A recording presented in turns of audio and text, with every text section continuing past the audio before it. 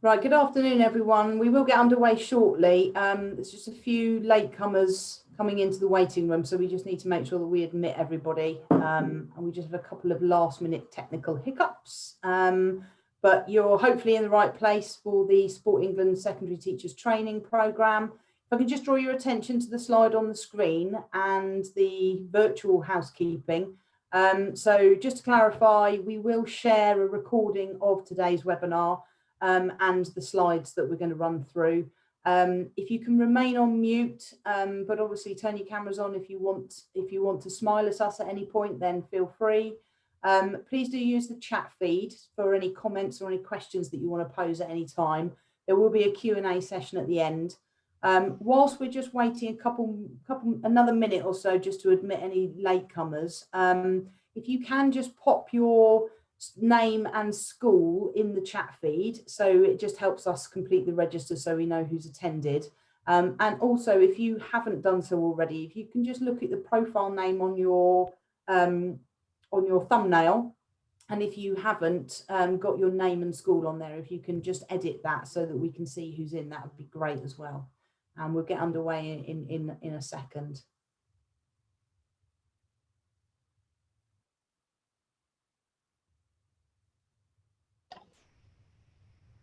That's great. Thanks everyone for putting that in.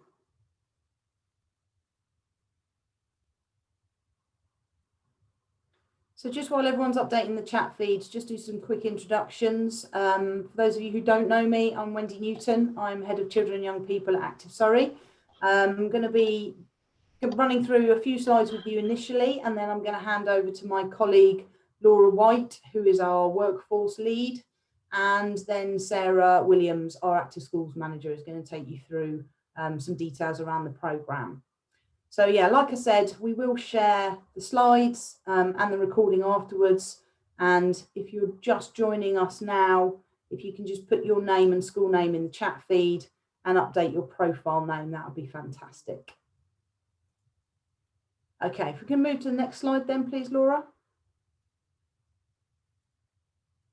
Okay, so quick run through of the agenda for today. Obviously just done welcome and introductions. I'm just going to take you through some national updates and the kind of purpose of this programme from Sport England's perspective. And then we're going to move on to talk about the outcomes of this programme and what we hope it will achieve for your schools and how it will work for you and your students. We'll talk a little bit about how we're going to spend the funding and what the options are there. And then a little bit on the importance of staff and pupil voice, and we'll cover that in a little bit more detail later, but that's a key element of this programme. And then we'll finish off with some timelines and next steps of what we intend to do, and also an opportunity at the end for further Q&A if you have anything, but please do pop any questions in the chat feed as we go through. So if you can move on to the next slide.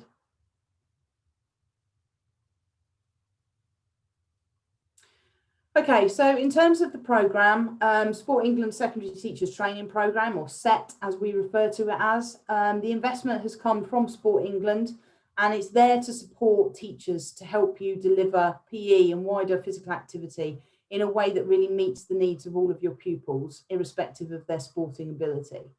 So this programme is very much focused on support for young people and making the offer as appealing as possible, perhaps for those who are not already fully engaged in perhaps your PE curriculum or your physical activity offer within your school.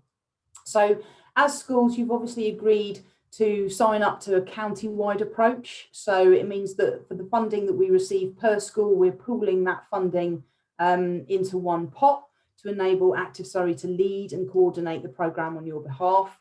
So we will be recruiting a programme lead who will coordinate the activities and the training that you guys want, and do all the administration and the monitoring and evaluation of the programme. So it makes it as simple as possible for you to get on board, and in particular for you to focus your time on what support your school, your staff and your pupils need, rather than the administration side of things. The programme's in partnership with the organisations that you can see there, and we've been assigned a consultant from the Association for Physical Education to support us on the programme. But the real focus for yourselves as schools engaged in this programme is to help us shape the content so that it works for you and it's going to benefit the students who need it the most. So if we could just move on to quick overview around Sport England's new strategy. This won't necessarily mean that much to you as schools, but you may be familiar with their new strategy. It's called Uniting the Movement. It's a 10-year vision to transform lives and communities through sport and physical activity. And the key thing to draw your attention to on this particular slide is that purple line there talking about the big issues.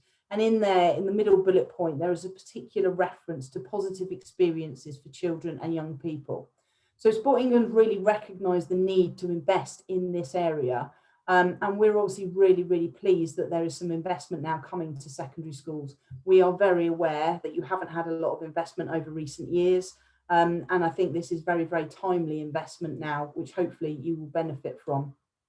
So if you can move on the slide into that positive experience for children and young people, just a little bit more detail there. And what Sport England mean by that, and the knock-on effect, I suppose, to education settings. So it's about providing a more enjoyable and inclusive experience for all children and young people. Focus on safeguarding, as always. Influencing education settings so that PE, sport, physical activity and play is enjoyable for all, not just the most active. And as I said at the beginning, that's very much what this programme is about, is using this funding to train staff and to give opportunities to schools to engage those children who are not perhaps as active as we would like them to be. And also, I suppose, the knock-on effect to young people and their mental health through what we have just been through over the last year or so. And also supporting parents and carers to help young people to be more active.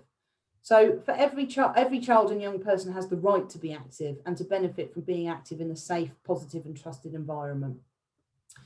And if you could just move on one more slide, Laura.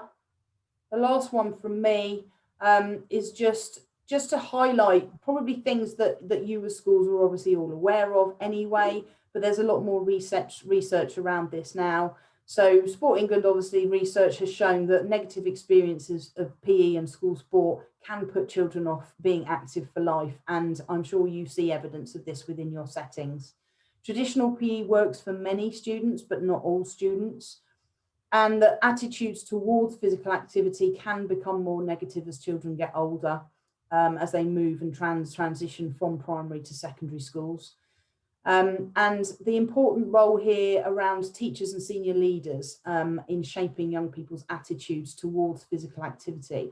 And before I hand over to Laura, just a point on that the purpose of this programme is very much about getting senior leadership buy-in and looking at perhaps some changes within your school system to really embed physical activity as something that is part and parcel of all young people's daily lives. And part of that will fall obviously naturally within the school environment as well as within their home environment. So I'm going to hand over to Laura, who's just going to give you a little bit more insight and context and what the programme is going to look like in Surrey. Over to you, Laura. Thanks, Wendy. Hi, everyone. Yeah, I just wanted to give you, like Wendy said, a little bit of context about why this programme really matters now and the difference it can make, and why physical activity is so important for your wider school outcomes. We know that school leaders and parents are concerned with young people's physical, social and mental well-being, and physical activity can play a pivotal role in supporting all of these. However, currently Sport England research shows that just under 45% of children are meeting the Chief Medical Officer's recommended guidelines for physical activity, which enables them to be healthy. So those average of 60 minutes a day are being met by less than 50% of young people. And I mean, in Surrey, our stats are slightly higher. We've got 47% of children and young people meeting the guidelines, but even so, it's still a real concern that there's such a huge amount of young people that aren't being physically active enough to be healthy. Alongside this, COVID has potentially accelerated the decline in well-being for some children. There was a significant drop in young people's physical literacy during the first national lockdown, and obviously physical literacy drives the foundations for sport and exercise. They also noticed that there was a decrease in confidence and competence compared to the year before, which, I mean, is probably a result of isolation and lockdown itself, but even so, it's still a concern. In turn, COVID also further highlighted some of the stubborn and deep-rooted inequalities in our society, including activity levels. Some groups of young people, as you've probably seen on the return to school, heavily relied on school provision to be active, especially those from lower socioeconomic groups and those from ethnically diverse communities. And we've seen activity levels in those groups decrease even further. So it's not just about activity levels, it's about the benefits that being active brings to young people and the wider school. NHS data shows that 1 in 6 young people aged 5 to 19 years old currently has had some form of mental disorder. That was NHS data from October 2020. And research has shown that 50% of all mental health disorders are established by the age of 18.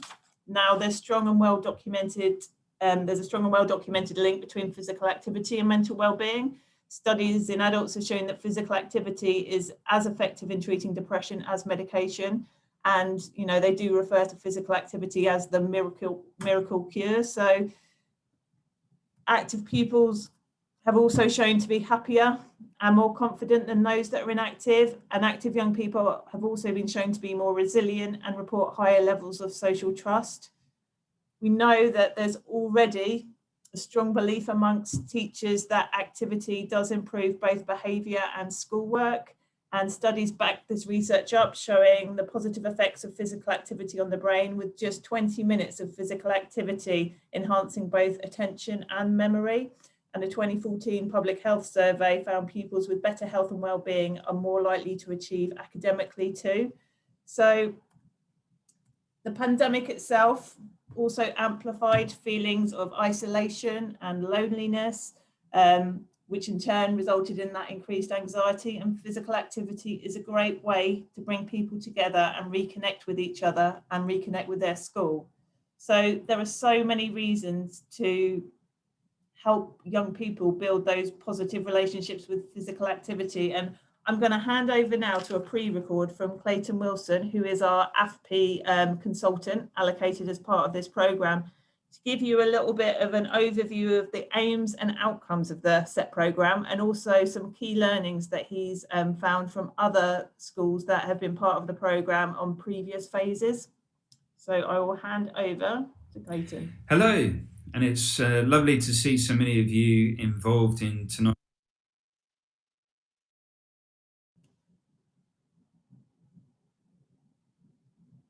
presentation with Active Surrey, and that you're considering the Sport England teacher training programme and the impact that it can have on your students in your school.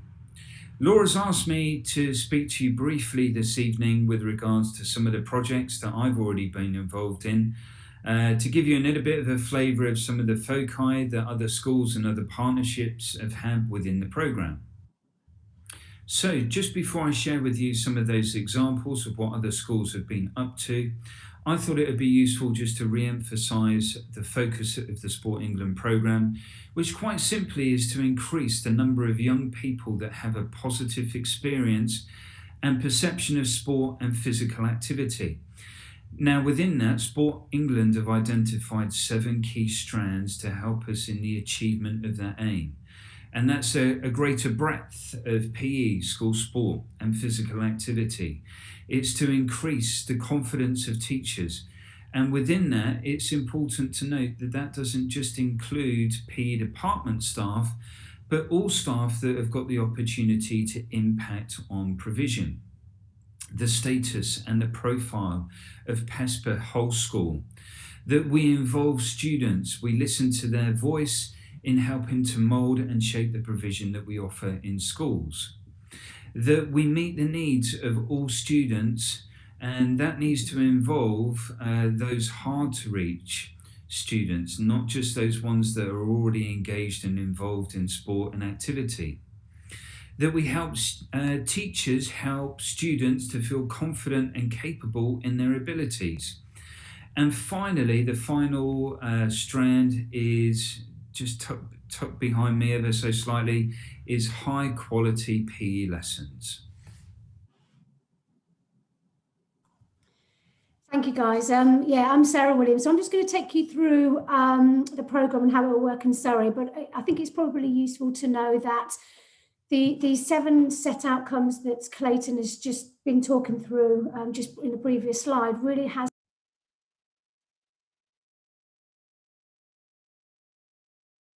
somebody's just unmuted me. Somebody's just muted me there. We'll really start to connect the themes that we're working through. So just to give you a flavour of the programme and how it's going to work in the county. So you may be aware that we are a little bit unique in terms of we are coordinating the programme like Wendy had mentioned earlier.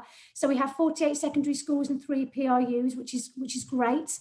It just makes for a lovely blended offer to as a county-wide approach. It's going to be very bespoke to each individual school through what we're calling a menu of opportunity, and we'll talk a little bit about that moving forward. As Wendy also mentioned, we have a dedicated, or will have a dedicated project lead. Laura's been driving this for what seems about, nearly 18 months, but to get us to this point, which has been brilliant. But we recognise that we need somebody that is fully dedicated to this programme and remains that kind of connection between Active Surrey and you guys. The must-haves is around SETT support and that wider buy-in from not only just PE department staff, but also wider staff from across the school to ensure that it's successful and sustainable. It's public funding. We always have to make sure that we make it as sustainable as we can when the funding stops. Key themes, which I will talk about in my next slide, and we will also then look to group schools within kind of particular areas, so not only kind of those themes, but also on geographic area around the county, whether or not there's existing relationships between school sports associations, or whether you're in a multi-academy trust where you try and be consistent and coordinated with your offer. So we will not only we will connect you in your groupings by themes and also by other areas. There is a wide range of support solutions and expertise. It's probably worth noting that we're in collaboration with St Mary's and Kingston University PE specialists at the universities who are helping us not only shape the themes, but will help us with the training and the support and the solutions, as well as the Youth Sport Trust and other organisations such as AFP and ourselves. I will talk a little bit about the pupil and staff voice. It's a massive area of work that we really shouldn't be taking lightly. It's one of the 7 outcomes that obviously Clayton alluded to. And then the final one there is about collaborative working, not only with yourselves within your PE departments and wider school, but also around kind of sharing survey results with SLT, sharing kind of data with other local schools within your MATs, and also sharing with each other around your themes and your experiences. It really will help shape a really good offer for the schools moving forward. So before we move on to the next slide, excuse me, what we wanted to do was we found it really useful at last night's webinar that we used the chat feed to really start to get you to think about the current challenges and issues that you are facing right now within PE departments and within kind of wider school. And just to give you a flavour of the kind of barriers that came out of last night, whilst I'm talking through some of these, have a think about it and pop it in the chat, because it really will help us make sure that the themes that we have put in place so far really do try and support those kind of barriers and challenges that you all have identified. So facilities was massive across a lot of the schools. Some of the PRUs said we just don't have any facilities. So it's, making sure that the curriculum offer is appropriate to the facilities that they have. Another school mentioned around facilities that's always in constant use by other areas of the school, and obviously we know at exam times that facilities get used for exams and they're out of use probably from the beginning of the summer term. There were some really useful kind of challenges and barriers around barriers in body image, and what was interesting was around boys and girls. So that's again something that we can consider. There was also challenges around how to engage kind of the ethnically diverse communities within your schools. So if any of these challenges and issues are resonating with you, please do pop them into the chat. We are collating these. and they really will help us make sure that we can at least link them with one of the themes and make sure that we have some solutions for you. So moving on, Laura.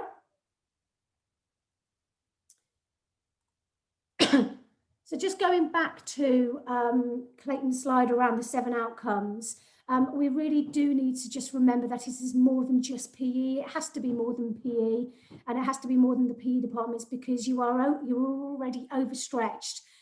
So we want to be able to share the workload and be able to raise a profile of what this opportunity can provide your wider schools. So yes, it is around curriculum provision, and you can see that one of the top themes there is around reviewing your current provision, and around making sure that it is broad and balanced, which does connect obviously with the wider Ofsted framework. And also we're talking about kind of that wider support, that's kind of wider support with upskilling staff across the whole school, not just around PE, and that element is around kind of the opportunities to be physically active, to be role models around being physically active and understanding them, and being able to bring the knowledge of physical activity into their other subjects and other lessons. So theme 2 is around not only NGB qualifications to provide different opportunities to engage different audiences, it is also around making sure that we are discovering different ways to become physically active in a meaningful and relevant way for the young people.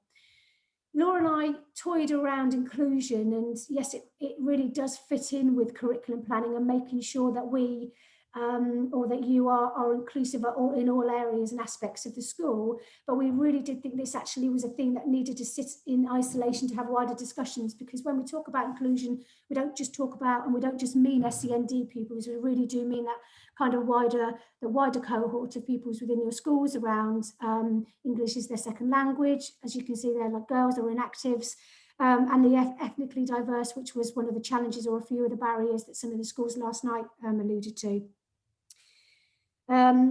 The biggest theme, I think, which will resonate with kind of SLT on the call and within the programme, is around supporting PESPA and the wider educational outcomes. You will see when we send you some follow-up opportunities to kind of select your themes, there are lots of areas within theme 4 that can really help and support and drive wider educational outcomes around kind of attendance and those other issues that are more than just, you know, sitting in isolation within PE action plans and PE departments. And then 5 and 6 is around leadership, mentoring for both pupils and staff, to increase confidence of staff, to be able to talk about physical activity and moving more in relation to kind of well-being. And then that pupil kind of leadership around developing confident leaders, personal, sociable, physical leaders, so they can be advocates and role models across the whole school in and out of PE. And we've left theme 7 as anything else that we've missed. So when it comes to kind of selecting themes that you would like to explore a little bit more, if you've got other areas of need or would like to add in, then there'll be an opportunity for you to add in kind of a seventh theme as it were. So final slide as we move on is just a little bit more around the staff survey, the staff and people survey. Can't reiterate more how important it is to actually ask pupils and ask staff what they actually want. I guess it gives you an easier or a better opportunity to kind of shape your provision if you know actually what your pupils and staff want. So there's going to be 2 opportunities and 2 surveys, one for students and one for staff. And it's not just PE staff. We are encouraging schools to really share the survey with wider members of staff around their kind of experiences and views on PE and school sport, and mainly around physical activity and their engagement. The student survey is really around attitudes and what motivates them to be active, what demotivates them to be active, what they like about current provision, you know, and there's an opportunity there to kind of help shape your provision. We're led to believe there's about 20 to 25 questions. It's online. There is unfortunately a parent opt-in. We have to ask the parent's permission. But we will provide you with templates that you can send out to your schools. The first one obviously is a baseline, just to make sure that we can inform your planning and identify the needs. And the second one is a follow-up at the end of the programme to assess the impacts and make sure that we what we said we were going to try and do, we've tried to implement and assess. So it's probably worth also noting that Sheffield Hallam University is facilitating this on our behalf. They will also look at the data and provide individual reports. We are led to believe also that schools do get that data instantaneously from the pupils and staff as well. So you will get that. You'll just get a more of a robust report from Sheffield Hallam, which we will forward on to you. So I'm going to hand back over to a pre-record from Clayton again. He's going to go through some really interesting best practice from some of the earlier phases of the programme, and also going to talk through some of the impact that these schools have had, just to give you a flavour of some of the types of things that have worked, and to kind of help shape some of the opportunities that you might want to bring into your school. So moving on to that one, Laura. So in thinking about individual school examples and what schools have done to increase the positive experiences and perception of students in physical activity and school sport, it's been important for those schools to consider what the current barriers were. Now, this is where the Sheffield Hallam University came in quite useful for some in helping to shape their thinking. But as I'm sure you're aware, in a number of those schools, they already had a good idea through their pupil voice or school council what some of those barriers would have been. In the example of Bridgewater School, a partnership, what they looked at is that they looked at a PE and school sport action plan. Within that, they were looking at driving up engagement and participation. And that included the use of inclusive activity days, sports days, as well as professional development opportunities for teachers and an annual sports conference. In addition to all of those things, they also looked at sports leadership awards and using secondary school students to work with local primary schools, as part of that leadership element as well, which just extends that breadth and depth within the PE curriculum. In another example, Bower Grove looked at following the information from questionnaires and student voice. They decided that what they needed to do was to develop the breadth of the PE curriculum and look at the activities contained within PE lessons and extended it beyond the traditional activities. Now that was supported through a range of PE rewards that I'm sure some of the schools in attendance this evening will also be using, such as PE colours, sports prefects. So the thrust of their engagement was looking at that reward system and how they reward participation and involvement within PE and extracurricular activity. In the schools that I've been working in, slightly different. And in one example of a London partnership, in working with SLT, the schools decided to have a focus in on problem-solving skills and enjoyment within physical education lessons, and they felt that linked in nicely into the local community, and they were having a focus in on employment opportunities. So where they decided to take their project was looking at outdoor and adventurous education activities, and specifically there was an orienteering focus.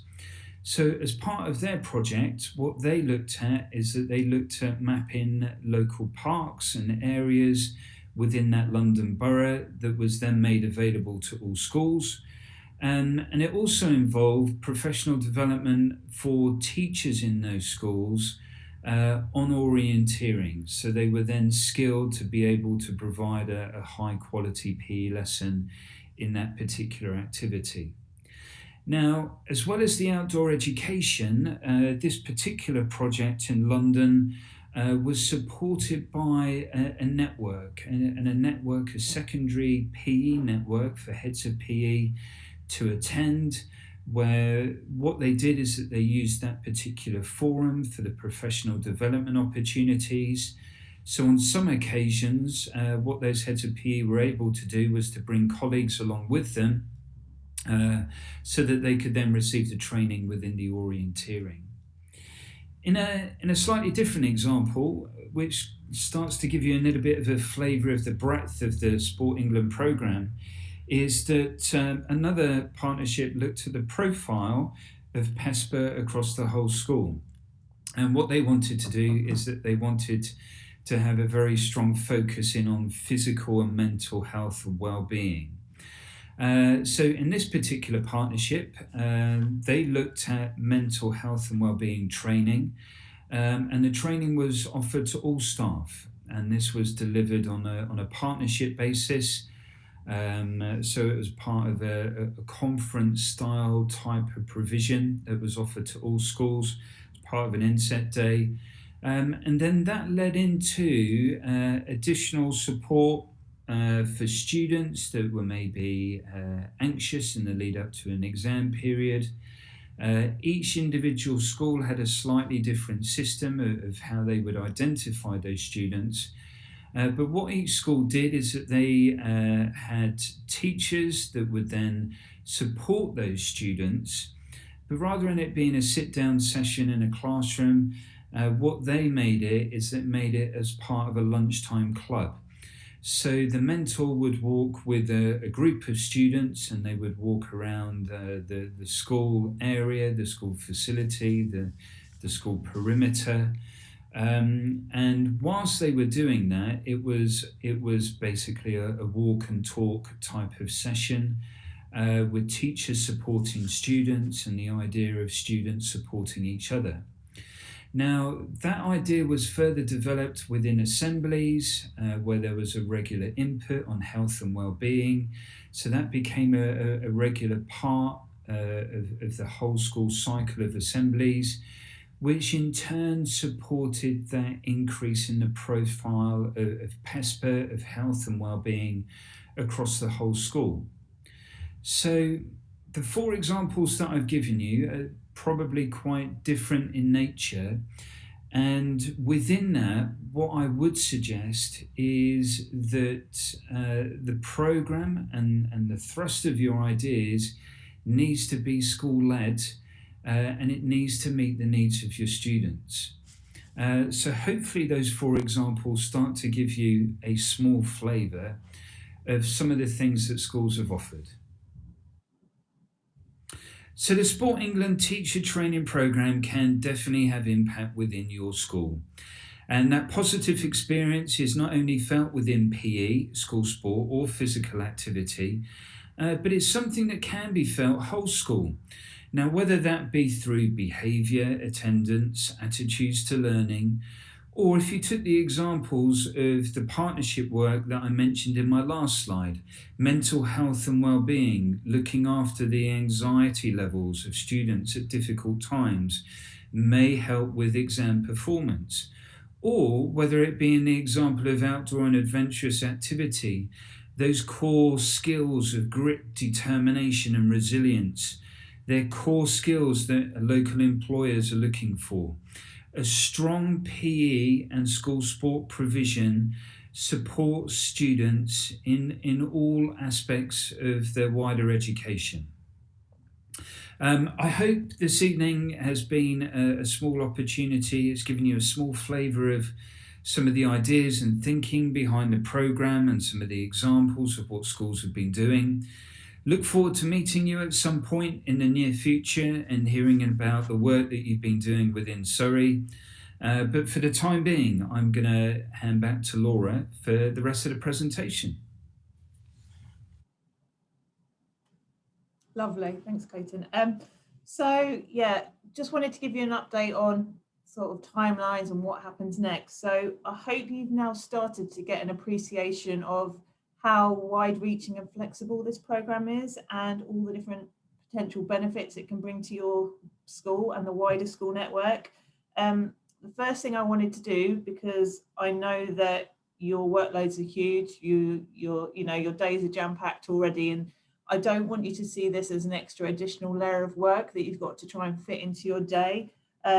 What I want you to do is see this as an opportunity to to be able to access free training, resources, consultancy support, network with other schools, facilitation of meeting with experts to help you ease and answer the challenges and barriers that you're currently facing within your school.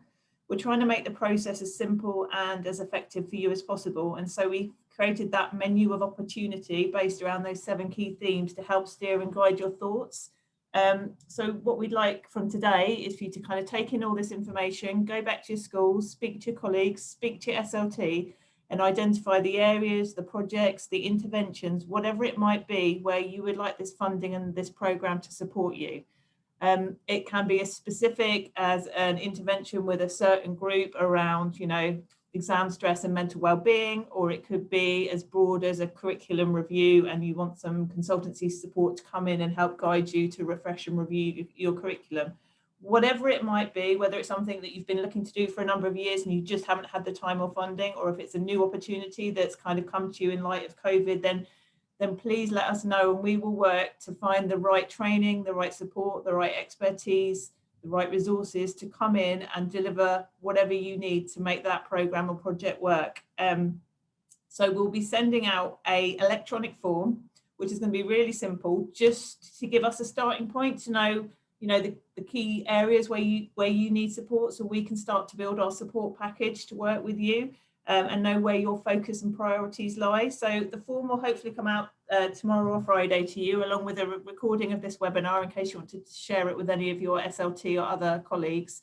And I just need from you an indication of which themes or areas or projects or programs you'd like to focus on as a part of this funding from next academic year. So if you can list that within the form and give us a bit of detail if you have it, then as I say, we can then start to build the blocks to be able to come in and support you and help run that program or project or intervention or training or whatever it might be. We really want to emphasize the fact that this is a whole wider school program and that it is about behavior change. It's about sustainable development. It's not a stopgap intervention. It's something about upskilling staff, about educating young people to the importance of physical activity. It's about staff well-being. It can be whatever you want it to be, and we will provide the expertise to help you with that. We just need you to identify where you want that support to lie. So when that form comes due, it's a really simple kind of tick box form. If you can indicate to us where you need that support so we can start to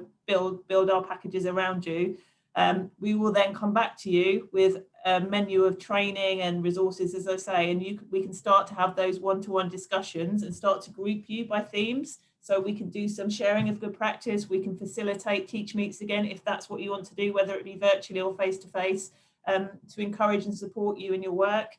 And we know that one size doesn't fit all. What works for one school won't work for another. And so we're happy to be flexible in our delivery, but at the same time, we're really keen to make the most of economies of scale and be able to do cross-county training for some aspects of the programme. And we would like to be able to kind of reconnect schools where you might have lost those connections over time. So hopefully that gives you a good brief understanding of the programme as itself. I'm going to go on to a little question and answer, and I know you were quite quiet in the chat for Sarah's a little bit about your current barriers and challenges. Maybe there were too many to mention, I don't know, but would happily answer any initial queries or questions you might have prior to the form coming out to you. Please do either pop them in the chat or unmute and ask away. I can't see the chat, so Sarah's going to monitor that one for me. I think it's yeah. I think it's yeah. Okay.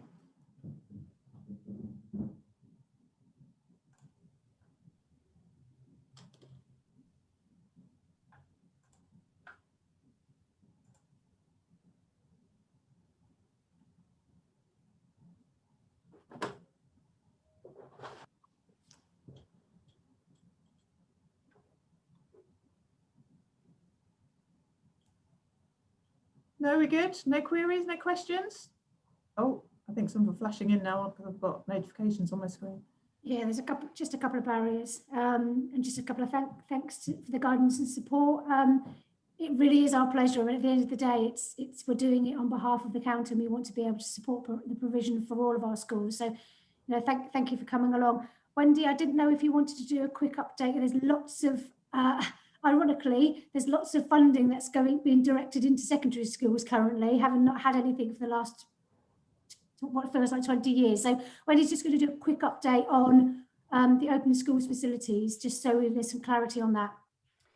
Thanks, Sarah. Yeah, so just a little bit of clarity. There is a lot of funding streams flying around at the moment, and quite a lot of it is directed at secondary schools. Active Surrey are involved in all of those funding streams. So we're coordinating the SETT programme, as you've obviously heard about. We are also coordinating the opening schools facilities funding. There is a webinar about that tomorrow at 4 o'clock. You should have received information. I think a lot of you have already booked on, but it may be another member of staff from within your school. That webinar will cover the opening schools facilities funding, which is essentially up to between £2,000 to £10,000 bids that schools can make to apply for funding for after school provision or for opening up facilities for community use. Very tight turnaround on this, so I would encourage you to attend the webinar tomorrow if you aren't already, to find out a little bit more, because the application window will be live, but only for a short period of time. The other funding stream that we're involved in is the holiday and activity funding, holiday and activity programme funding, the HAF, which we have rebranded as Club 4. Some of your schools may be involved in some applications for that funding as well. There is crossover between these three lots of funding because it is very much directed at schools. And we do have to ensure that there's no double funding going on. So if you have any questions or queries about how those funding streams link together, then by all means contact us. All the information is on our website. There's Opening Schools Facilities page on the schools tab, and there is Holiday Activity Fund page on the communities page. And obviously any questions or queries that you've got around SETT funding, you can come back to one of us. So yeah, lots going on, but very positive and very timely. And we just want to support schools as much as we can to make the most of this funding whilst it's available. We don't know how long it will last, or what the kind of longevity or sustainability will be around these funding streams. So we'd really just encourage you to get involved in the webinars and to find out as much as you can now, so that you can make informed decisions about which funding pots you want to tap into.